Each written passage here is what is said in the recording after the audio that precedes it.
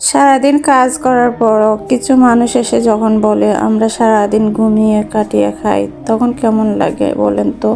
আসসালামু আলাইকুম গাইস, সবাই কেমন আছেন? আশা করছি যে যেখান থেকে ভিডিওটি দেখছেন সবাই ভালো আছেন। আমরাও আল্লাহর রহমতে ভালো আছি।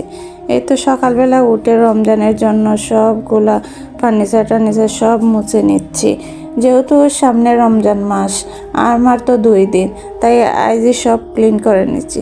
আমি প্রতি সপ্তাহে একবার করে ক্লিন করি, তারপরেও আজ একটু ভালো করে করে নিচ্ছি যেহেতু রোজা আসছে। আর পরে আমি নিচটা মুছে নিচ্ছি। যাই হোক, সারাদিন এত কাজ করার পরও যখন আমি ঘরে কাজ করি, বাইরে কাজ করি, একজন প্রবাসীর বউ হয়ে সারাদিন কাজ করার পর কিছু মানুষ এসে বলে আমি কি করি, আমার সামনে টাকা দিয়ে আর বসে বসে আমি খাই। কিন্তু ওদের কি একবারও মায়া হয় না, একবারও চোখে পড়ে না যে এইগুলা কাজ, ঘরের কাজ বলেন, বাজার বলেন, সংসারের টুকিটাকি যা কাজ আছে সবগুলো আমি করি। যাই হোক, এরপরে আমি ঘরটা ক্লিন করে এই রুমের বেডটা এদিকে সরিয়ে নিলাম, বেডটা সরিয়ে এদিকে আনলাম, মানে বেডটা ঘুরিয়ে নিছি। এখন আমার রুমটা কেমন লাগছে সবাই কমেন্ট করে অবশ্যই জানাবেন।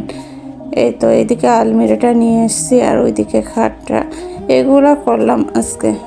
বললাম না, মাঝে মাঝে একটু চেঞ্জ করলে একটু ভালো লাগে, দেখতে সুন্দর লাগে। আর এইগুলো মাঝে মাঝে করে দেখে আমার আম্মু আমার সাথে অনেক রাগ করে, আমি অসুস্থ নিয়ে কেন এরকম কাজ করি। আর এদিকে দেখেন আমার দেয়ালের কি অবস্থা, দেয়ালটা একদম রং উঠে গেছে, তারপরও মালিক কোনো কিছু ঠিক করে দেয় নাই। পরে বিকেলে গিয়েছিলাম আমার মামার সিন্নিতে, যেহেতু আমার মামা মারা গেছে, আমার মামার সিন্নি। আর ভিডিওটি সবাই কেমন লাগলো অবশ্যই কমেন্ট করে জানাবেন। আল্লাহ হাফিজ।